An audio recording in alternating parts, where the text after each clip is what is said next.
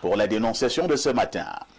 Parfait. Ici, la dénonciation de ce matin porte sur les parents et les soins qu'ils accordent à leurs petits-enfants lorsque ceux-ci doivent aller à l'école le matin.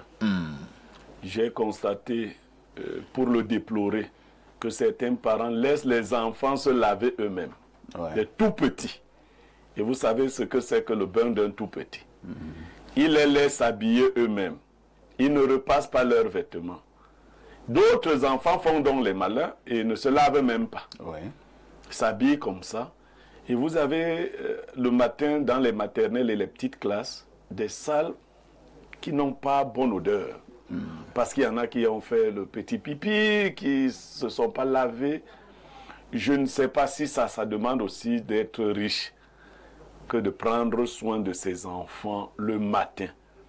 Autant que vous en avez, vous devez pouvoir vous en occuper chaque matin. Peut-être qu'en journée, les enfants peuvent se débrouiller à prendre un bain. Mais le bain du matin, lorsqu'ils ont dormi, avec la crasse et tout le reste qu'on peut imaginer, les parents sont affairés à toute autre chose. Les aînés, parce que nous faisions cela. Parfait ici. Je vous ai dit ici que ma mère avait beaucoup d'enfants. Les plus grands, qui étaient déjà à un certain âge, lavaient les plus petits. On l'aidait à faire toutes ces tâches. Et pendant qu'elle nous apprêtait ce que nous pouvions prendre comme petit déjeuner, nous nous occupions de nos plus jeunes frères. Mais on ne laisse pas les tout petits enfants de 3 ans, de 4 ans, de 5 ans, se laver. Est-ce qu'ils savent même ce que c'est que se laver? Quand celui-là essaie, même il envoie la main comme ça ne touche nulle part. Et ils arrivent et ça dérange vraiment. Les maîtresses ne sont pas faites pour laver nos enfants. Non. Si un enfant fait la grosse commission à l'école, la maîtresse peut la nettoyer pour les maternelles et les crèches. Mais nous devons prendre soin de nos enfants avant qu'ils quittent le domicile. Merci Pierre Blériot pour cette dénonciation. C'est une dénonciation sérieuse. C'est un constat quand même.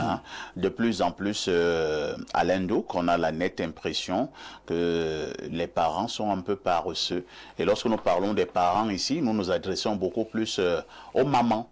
Parce que je ne me rappelle pas le nombre de fois où notre papa nous avait lavé. Il l'a fait de temps en temps, mais c'est beaucoup plus la maman. C'est la maman qui nettoie, qui lave les enfants, qui les habille, qui choisit la chaussure, la chaussette, le slip et que sais-je encore. Mais le matin, maman est sur WhatsApp et les enfants se battent comme ils peuvent. Votre réaction? Je dis, c'est en réalité un aspect d'une crise civilisationnelle que nous vivons.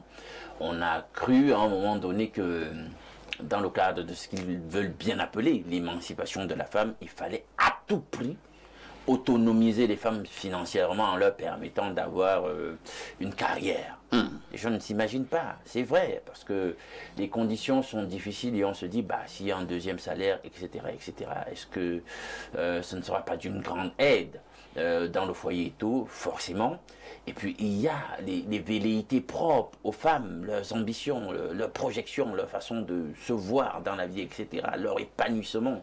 Donc on s'est dit, les gens ont le droit de faire carrière et tout, mais il y a des répercussions. Tout à fait. Il y a des répercussions, et ceux qui ont conçu cette ingénierie en arrière-plan, ils ont 2 possibilités maintenant. Ils n'imposent plus qu'une seule personne, ils imposent 2 personnes dans le foyer. Donc il y a aussi ça.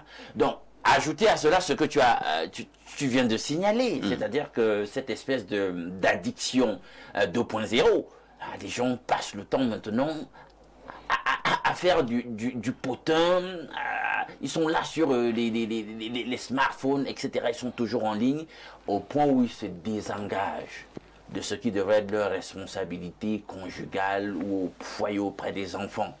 On se réveille, et puis nous on a connu une époque quand même où 5 heures tout le monde devait être debout, tout à fait. etc. C'est la mère, c'est le père qui met de l'ordre, etc. Après la prière, tôt le matin, etc. Là maintenant, je suis plus sûr que ça va toujours comme ça, dans le plus clair des foyers et tout. On se retrouve donc là, on perd du temps sur des choses totalement inutile. Et puis, on a la pression du travail. Il faut arriver à l'heure. Et les moyens de transport eux-mêmes, c'est pas toujours ça. Parce que le matin, je ne sais pas si vous avez remarqué, certains matins, pour avoir un moyen de transport commun, c'est pas évident. C'est hyper compliqué. Quelle que soit la proposition que vous faites, si vous n'êtes pas sorti assez tôt, ça ne passe pas. Vous allez arriver forcément en retard. Donc, il y a ça. Et puis, finalement, les parents délaissent un tout petit peu les enfants à leur sort ou alors font mal ce qu'ils ont à faire. Et puis, c'est pas à cet âge-là qu'on doit se prendre en charge pour ce qui est du bain. Lorsque vous arrivez quand même dans une maison, vous trouvez un enfant, bien une enfant de 3 ans qui se lave seul. Il se lave vraiment? Non, ça c'est pas possible. Et puis on veut compenser cela avec le recrutement de domestiques. Mais la domestique, elle aussi a une vie. Hein. Tout à fait. Les amis, elle a une vie. Elle va arriver chez vous à quelle heure pour faire ça dans les temps, etc., etc. Pour les salaires de misère. Est-ce que la domestique peut même... les 30 000, etc.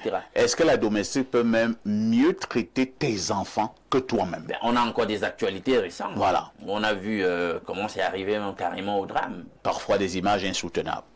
Alors, que faut-il faire pour que les mamans comprennent que, vraiment, le matin, elles doivent s'occuper de leurs enfants, surtout les tout petits, les enfants de 3 ans, 4 ans, 5 ans, et même jusqu'à 6 ans, 7 ans, on doit encore les laver. Oui, oui. Donc, du coup, les mamans, déjà, il faut dire aux mamans, hein, nous, on ne va pas rentrer dans ce qui se fait ailleurs.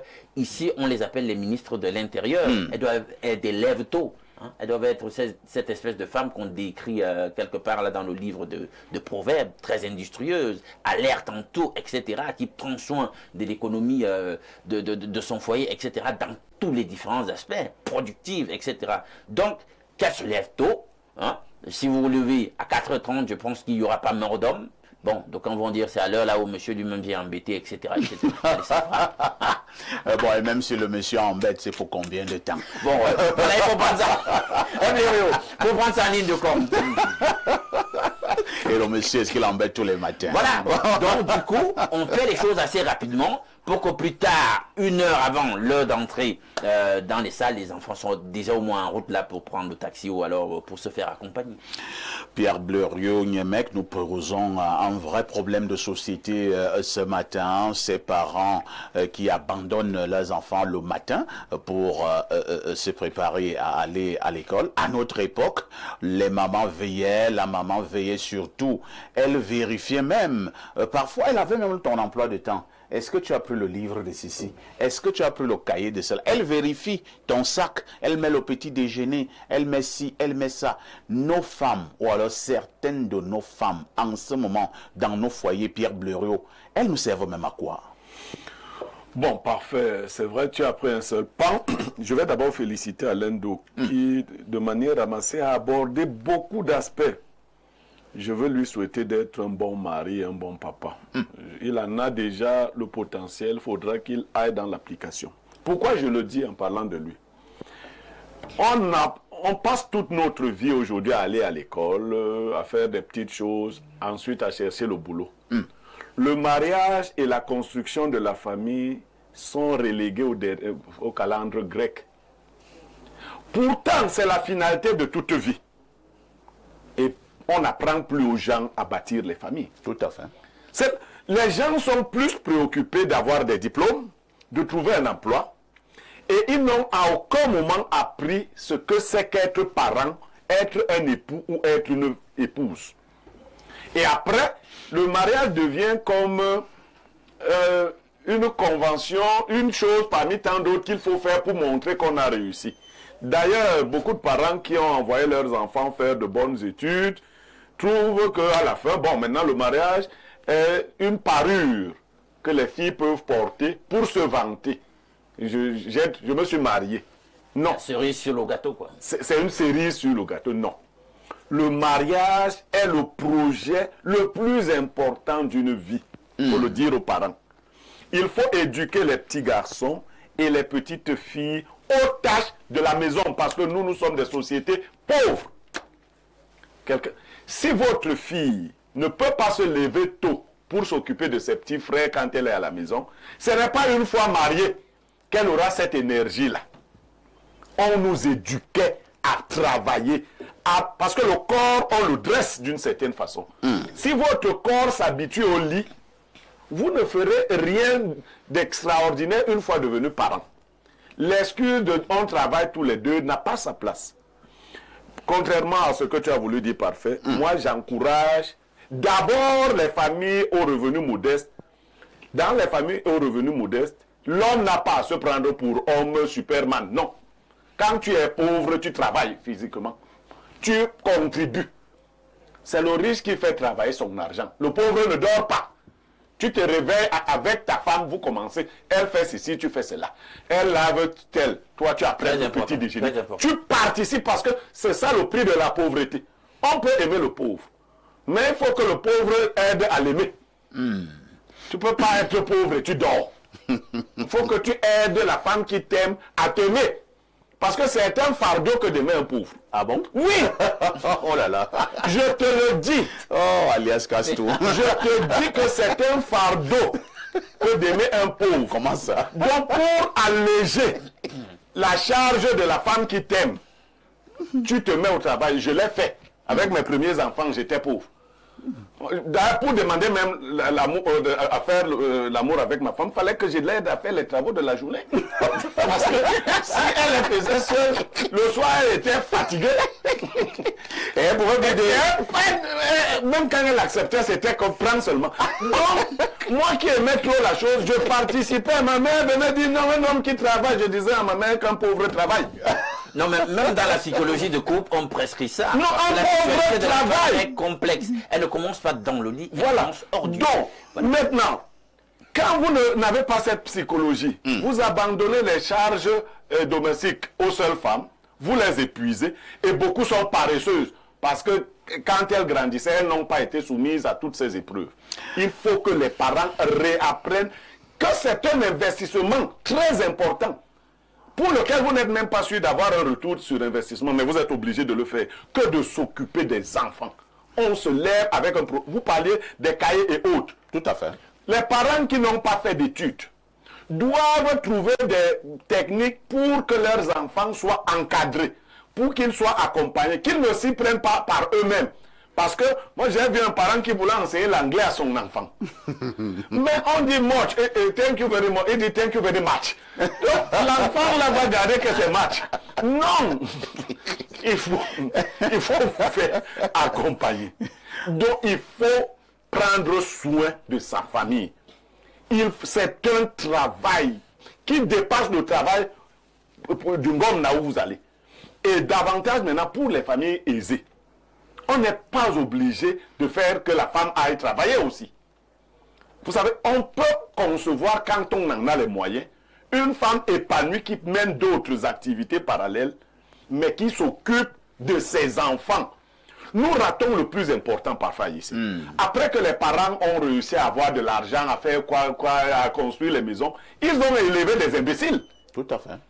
Et la conséquence est laquelle? C'est ce que nous voyons. C'est que votre royaume s'effondre comme un château de cartes.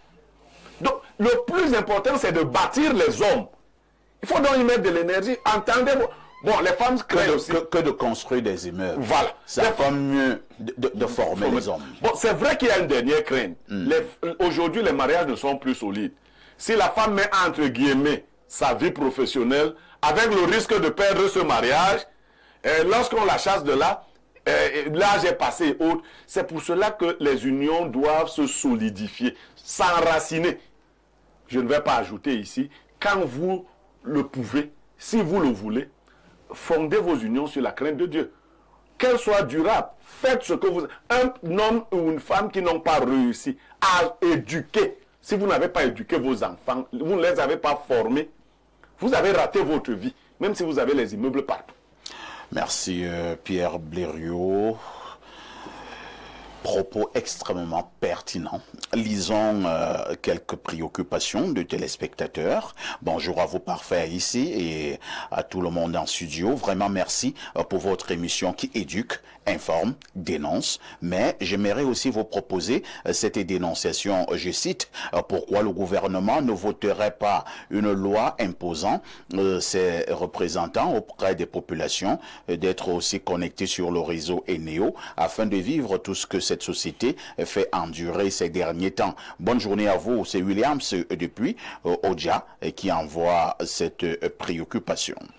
On prend un autre message, hein. Allons au 213, c'est l'Algérie. Les téléspectateurs de l'Algérie sont par moments bizarres, hein. Alors que dit le téléspectateur de l'Algérie? Bonjour Perfecto, le Namungwan de la modération. Blérieux Niemek, il faut aussi dénoncer les mamans qui accompagnent les enfants à l'école le matin. Il faut leur demander de souvent porter les soutiens et de passer un peu le peigne sur leurs cheveux. Non.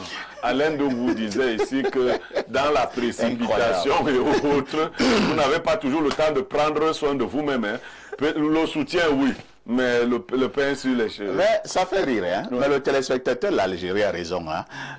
La majorité des femmes qui accompagnent souvent les enfants le matin à l'école sont quand même habillées bizarrement. Non, elles sont quelquefois avec les nuisettes. Hein. Alors, il continue en disant, il y a quoi que le grand matin, tu croises des femmes en train de tirer brutalement l'enfant par les mains, avec un cabas transparent, les cheveux ébouriffés, aucun soutien-gorge sur leur poitrine. On dirait qu'elles sortent d'un ring de boxe contre Francis Ngannou. Vraiment, chères femmes, on sait que ce n'est pas facile, mais payez un peu vos cheveux et portez les soutiens-gorge le matin quand vous accompagnez les enfants à l'école. Incroyable.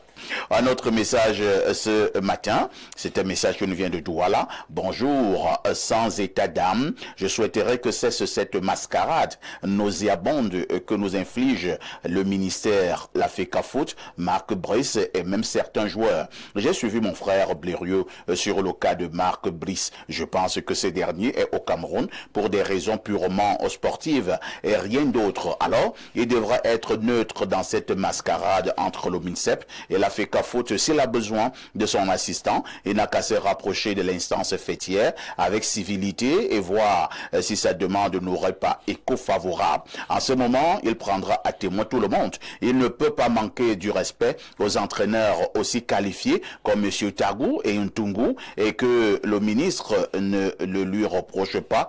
Comment voudrait-il? Alors, comment voudrait-il que la FECAFOOT cède à ses caprices sur le plan purement sportif? Nous n'avons gagné aucun match à l'extérieur et cela est inquiétant. Je pense qu'il est la clé de ces désordres. Il peut également faire arrêter cette situation qui ne nous honore pas en restant neutre et faire son travail dans les normes et le respect du public que nous sommes. Le message est signé Cyril.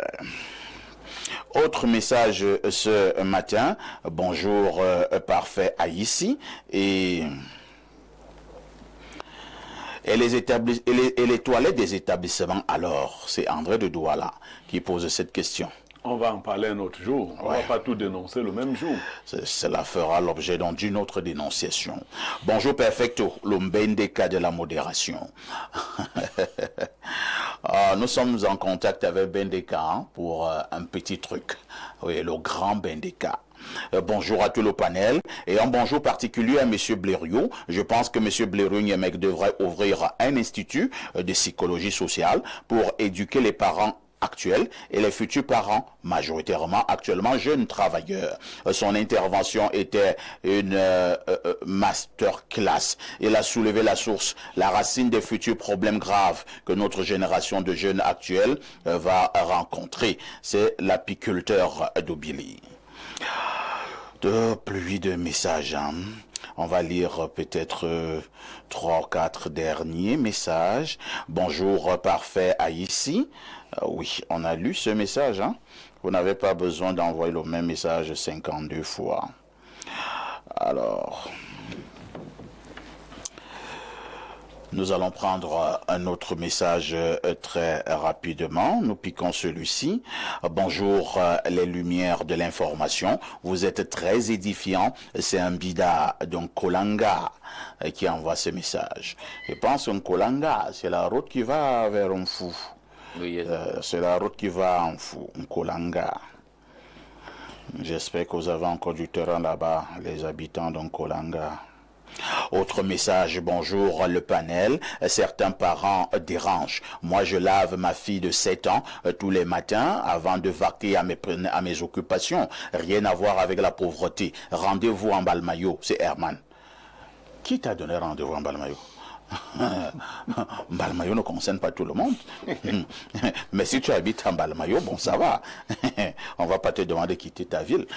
Bonjour, monsieur Parfait, ici à votre panel. J'aimerais juste poser la question à votre consultant s'il connaît le pourquoi les Lions indomptables sont arrivés tard en Afrique du Sud et pourquoi le sélectionneur qui soutient tous les jours n'a pas voulu que le match soit repoussé. Est-ce vraiment normal que ce coach belge passe tout son temps à manquer de respect à sa hiérarchie et qu'elle a fait qu'à faute? Pourquoi votre consultant passe tout son temps à critiquer Samuel Eto'o à tout moment, même quand nous savons tous que le résultat du match d'hier est la conséquence du refus des propositions faites par la FECAFOOT à ses sélectionneurs, non seulement, mais également l'ingérence du MINSEP. C'est Calvin Bekada Dongusso qui envoie ce message. Je vous ai dit qu'on devait coller un mot sur cette actualité dans quelques minutes. Donc, prenez votre mal en patience. Bonjour, parfait ici. Les femmes fortes et indépendantes, celle-là ne sait même pas comment l'enfant est parti à l'école. Tout ça parce qu'elle doit regarder ses réseaux. C'est Natacha Adebralois qui envoie ce message. Allons au plus 49, c'est l'Allemagne. Que dit le téléspectateur de ce côté? Bonjour, monsieur. J'hallucine face aux arguments d'un très grand illuminé intellectuel comme Alain Douk. L'éducation de l'enfant ne serait-ce la responsabilité que de la femme? Pourquoi les femmes doivent-elles aller au travail? Vous voulez les avantages des hommes modernes et traditionnels en même temps et surtout pas les inconvénients. C'est Carole depuis Berlin qui envoie ce message. Autre préoccupation, allons au plus 63. Il s'agit de quel pays là? Je ne connais pas encore. Les Philippines. Yeah. C'est les Philippines. Que dit le téléspectateur du côté des Philippines? Bonjour à tout votre panel. Pour une fois, il y a du calme sur le plateau sans Elimbi Lobé. Je ne comprends pas Blurio. Il a... Est-ce que vous avez vu Elimbi Lobé un jour à Espace Guinée? Non, lui, il avait déjà son message. C'est comme ça. Il y a des gens qui ont leur message. Moi, je vais seulement envoyer le message ici. C'est Paco depuis la Philippine qui envoie ce message. Bon, Elimbi sera là dimanche. Voilà. Oh, vous allez encore souffrir de voir Elimbi Lobé. Elimbi, j'annonce une mauvaise nouvelle pour certains. Une mauvaise nouvelle pour certains. Je dis bien pour certains. Elimbi Lobé sera là dimanche. Alors au plus 86, il s'agit de quel pays là? Alors je vérifie avec mon téléphone dernière génération, c'est la Chine. Ouais. Le plus 86, c'est la Chine. Que dit le téléspectateur de la Chine? Bonjour à toi Perfecto et au panel. Le plus grand mensonge du 21e siècle est de faire croire aux femmes qu'aller au travail et avoir une grande carrière était plus important qu'être chez soi et s'occuper de leurs enfants. Bon jeudi spiritualité à vous. Merci. Autre message, Bon, lisons un dernier. Sinon, on va faire seulement une émission, rien que pour lire les messages. Bonjour, monsieur Parfait, ici, tout ton panel. Les jeunes mamans n'ont plus le temps de prendre soin des enfants à cause des réseaux sociaux et toute autre distraction. C'est vraiment décevant. Merci. Alors, nous disions tout à l'heure qu'on devait marquer un petit temps d'arrêt pour évoquer, pour parler